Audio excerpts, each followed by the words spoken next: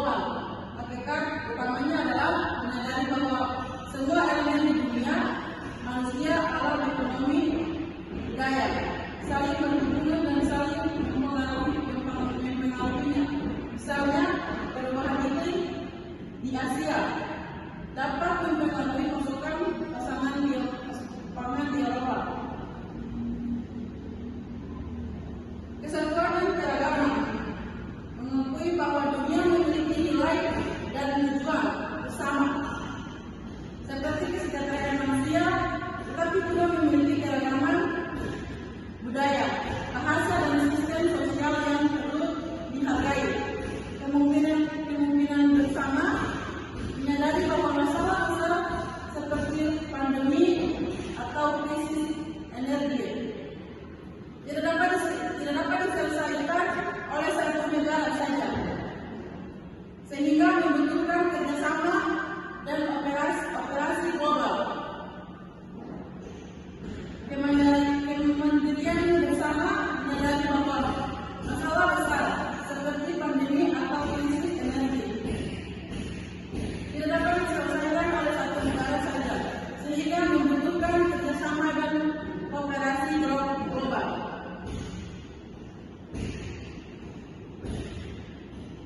Konsep perspektif global atau melampaui batas nasional, berpikir melewati batas negara, wilayah atau kelompok untuk melihat masalah dan sudut pandang keseluruhan di dunia, memahami konteks global, menganalisis sesuatu dengan mempertimbangkan faktor-faktor global seperti perdagangan teknologi, budaya, dan politik yang mempengaruhinya.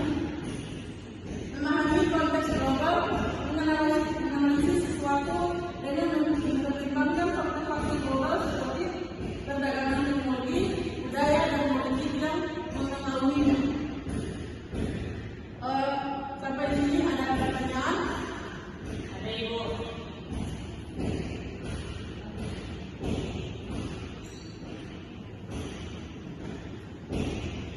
Pak, perspektif global. Coba Ibu jelaskan. Oke, hakikat perspektif global adalah berpikir yang melihat dunia sebagai suatu kesatuan yang saling berhubungan di mana peristiwa, keputusan, dan masalah di suatu tempat mempengaruhi yang lain. Konsepnya menjelaskan pentingnya melihat sesuatu dari sudut pandang yang luas, bukannya hanya dari sudut pandang lokal atau nasional. Oke, baik, selanjutnya menjadi kedua.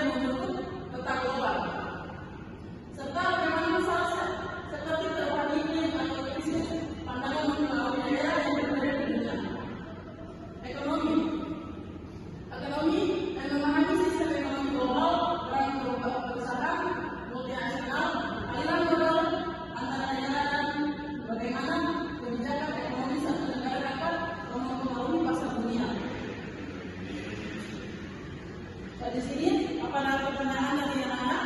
Tidak perlu. Oke, kalau tidak ada, kita lanjut materi ketiga. Materi ketiga yaitu keberagaman budaya dan interaksi global. Keberagaman budaya seperti pada keberagaman pola hidup, nilai-nilai bahasa, seni, agama, tradisi, dan cara berpikir yang dimiliki oleh kelompok manusia yang berbeda di seluruh dunia. Setiap komunitas memiliki ciri khas yang terbentuk seiring waktu akibatnya faktor geografi, sejarah, dan pengalaman bersama. Contohnya keragaman bahasa, bahasa di Indonesia dengan lebih dari 700 bahasa daerah, atau keberagaman masakan di Asia yang masing-masing memiliki ciri khas, rasa, dan cara pembuatan. Keberagaman budaya atau ini karena memperkaya wawasan manusia, mempromosikan pemahaman saling antara kelompok dan menjadi sumber inovasi.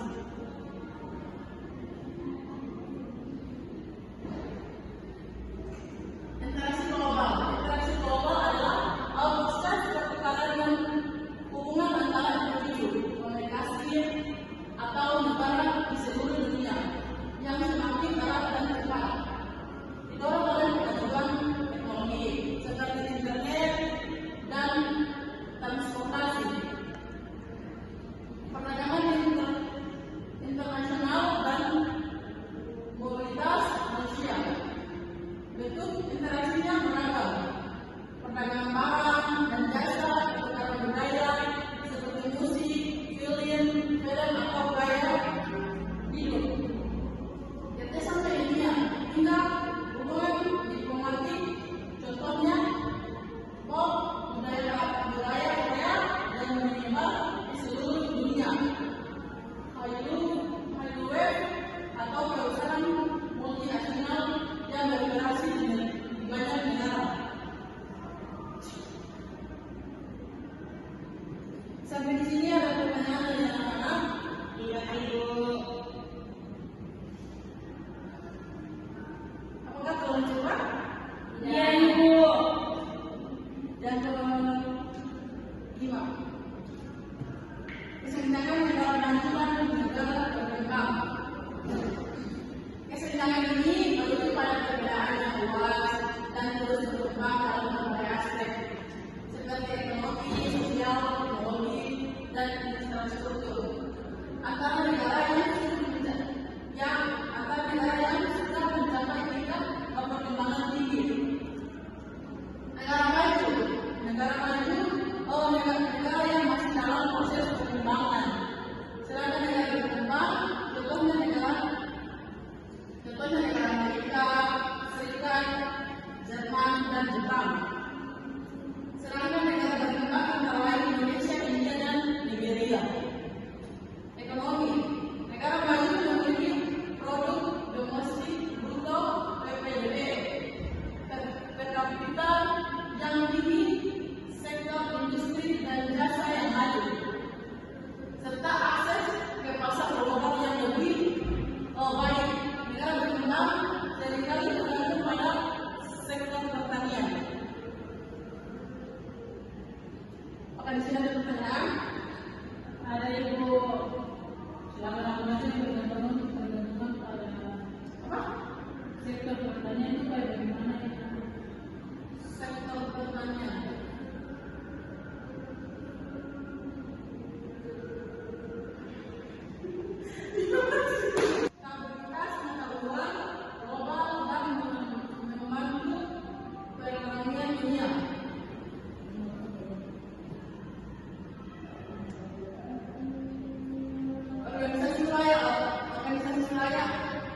Uni Eropa atau komunikasi politik dan ekonomi dari berbagai negara Eropa dengan pasar bebas, terutama bersama euro di sebagian negara dan kebijakan bersama di berbagai bidang.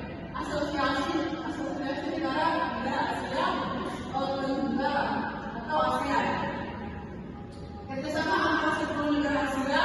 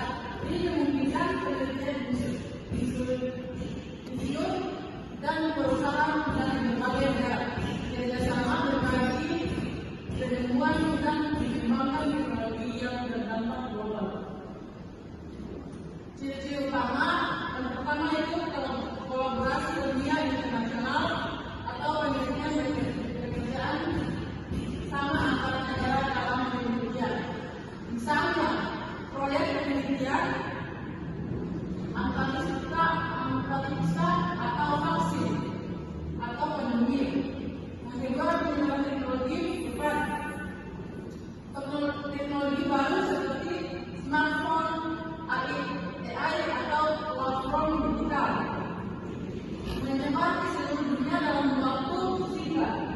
Yang ketiga, rantai pasokan teknologi global.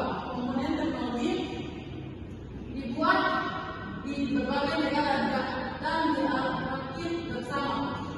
Misalnya, chip semiconductor dibuat di Taiwan, dirakit di Tiongkok untuk produk global. 4. Akses pengetahuan global, internet dan bahasa dunia memudahkan akses ke penelitian dan publikasi dari mana saja.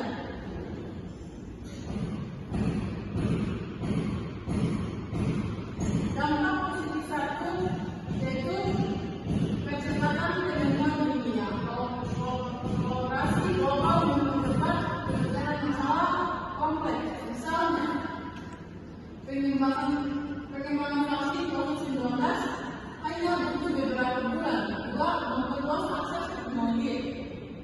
Negara berkembang dapat memanfaatkan teknologi dari negara lain tanpa harus mengembangkannya dari awal. Tiga, menciptakan lapangan kerja global. Profesi di bidang teknologi seperti mengembangkan perangkat lunak dapat bekerja untuk perusahaan di negara lain melalui kerja jarak jauh. 4. Meningkatkan kualifikasi hidup. Teknologi global seperti sistem kesehatan digital atau energi terbarukan membantu meningkatkan kualitas hidup di banyak negara. Dampak negatifnya yaitu 1. Kesenjangan teknologi. Negara maju memiliki akses dan kemampuan mengembangkan teknologi yang lebih baik daripada negara berkembang. Memperlebar kesenjangan. 2. Ketergantungan teknologi negara dapat terlalu bergantung pada teknologi dari negara lain yang berisiko pada keamanan nasional. 3. Masalah hak cipta dan paten. Persaingan global dalam teknologi seringkali menimbulkan konflik tentang hak cipta dan pendidikan. Penemuan. 4. Dampak lingkungan penyebaran teknologi global tetap meningkatkan konsumsi sumber daya dan polusi. Apakah ada pertanyaan?